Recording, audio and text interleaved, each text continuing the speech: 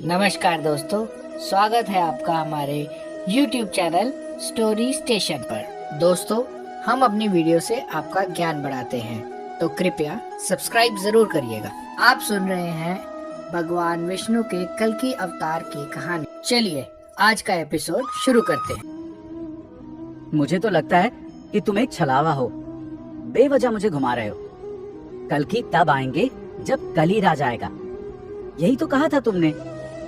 तो गलत नहीं कहा था। जब कलयुग अपने अंतिम चरण पर होगा, कलिराज का आतंक फैलेगा, तब कल्कि आएंगे। बेवजह मुझे कोसने लगे। ठीक है, तुम्हारी हर बात अगर सच मान भी लूं, तो कल्कि के आने के कोई सबूत तो होने चाहिए। सबूत? तुम सबूत मांग रहे हो अनंत? कलयुग की भूमि पर खड़ा हर एक शख्स अपने सामने कलिराज की झलक तो देख ही रहा है। कैसी झलक? अनंत को जब शेष की बातें समझ में नहीं आई, तो उन्होंने बताना शुरू किया कि आज जिस समय में हम जी रहे हैं, वहीं से कलिराज की झलक हमें दिखनी शुरू हो गई है। हमारे सामने ऐसी बहुत सी फार्मास्यूटिकल कंपनीज हैं, ऐसे इंटरनेशनल ऑर्गेनाइजेशंस हैं जो पहले तो वायरस बनाते हैं और फिर खतरनाक बीमारियों के फैलने के बाद उसका एंटीडोट बनाकर खूब पैसे कमाते हैं। क्या कलयुग में इस तरह की घिनौनी हरकत करने वाली कंपनियां कलिराज का स्वरूप नहीं है? हर जगह फैले टेररिस्ट ऑर्गेनाइजेशंस, लोगों को मारने में उन्हें क्या सुकून मिलता है? क्या टेररिस्ट्स कलिराज की एक झलक हमारे सामने नहीं रखते? आजकल आर्टिफिशियल इंटेलिजेंस का जमाना है, टेक्नोलॉजी आसमान छू रही है। इसने लोगों की जिंदगी को जितना आसान बनाया है, उतने ही खतरे भी पैदा हो रहे हैं। हर किसी को ये डर है कि भविष्य में कहीं उनकी जगह रोबोट्स काम न करने लगे और हम रोबोट्स के गुलाम न बन जाएं। ऐसी टेक्नोलॉजी आ गई है जो मिनट में एक बड़ी आबादी को खत्म करने की क्षमता रखती है। प्रिवेसी तो जैसे किसी भूले बिसरे जमाने की बात हो चुकी है। आप अपने सिस्टम पर क्या कर रहे हैं, अगर हैकर चाहे तो आपकी हर प्रिवेसी को दुनिया के सामने एक्सपोज कर सकता है।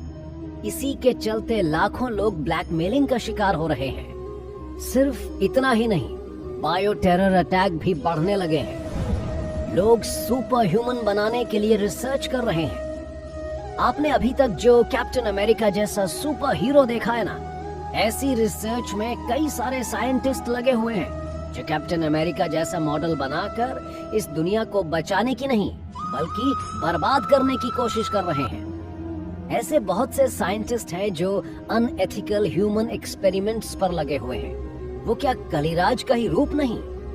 अब साइंटिस्ट नेचर को समझने के लिए रिसर्च कम और ह्यूमन रेस को सुपीरियर और इमॉर्टल बनाने की तरफ ज्यादा ध्यान देने लगे हैं, ताकि वो अपनी पावर को बढ़ा सके और इस दुनिया पर राज कर सके। ऐसे साइंटिस्ट जो न्यूक्लियर बॉम्ब बनाते हैं, अपने निजी स्वार्थ के लिए एटॉमिक बॉम्ब बनाकर किसी पड़ोसी देश को तबाह करने का प्रयास करते हैं, वो कलिराज की एक झलक हमारे सामने नहीं रखते।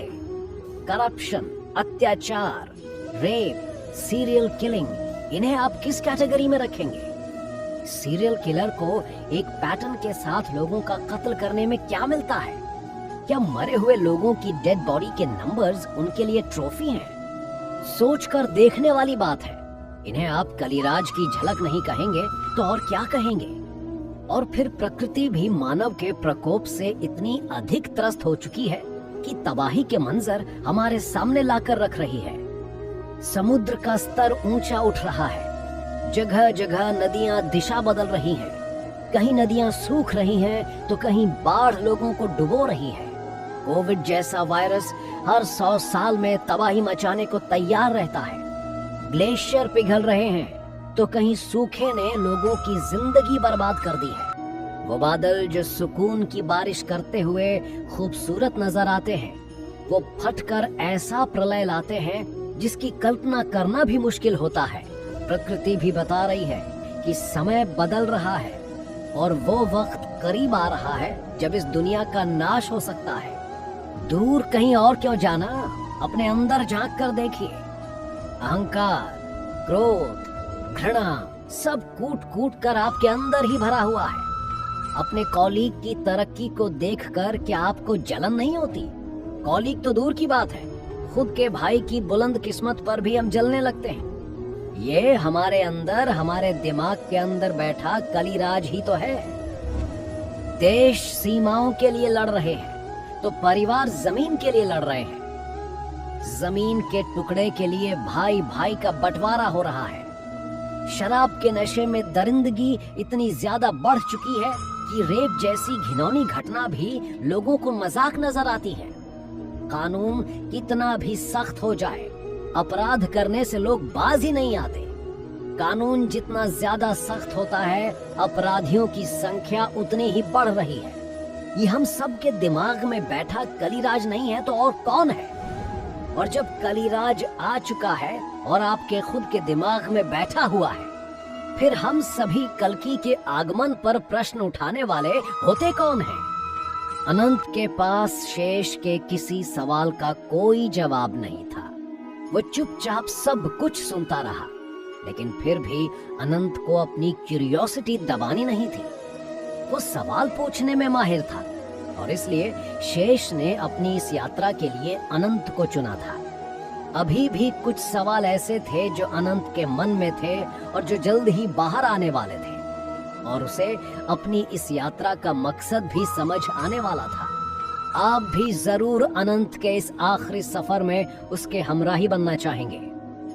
तो चलिए हमारे आखिरी और सबसे महत्वपूर्ण एपिसोड की तरफ चलते हैं।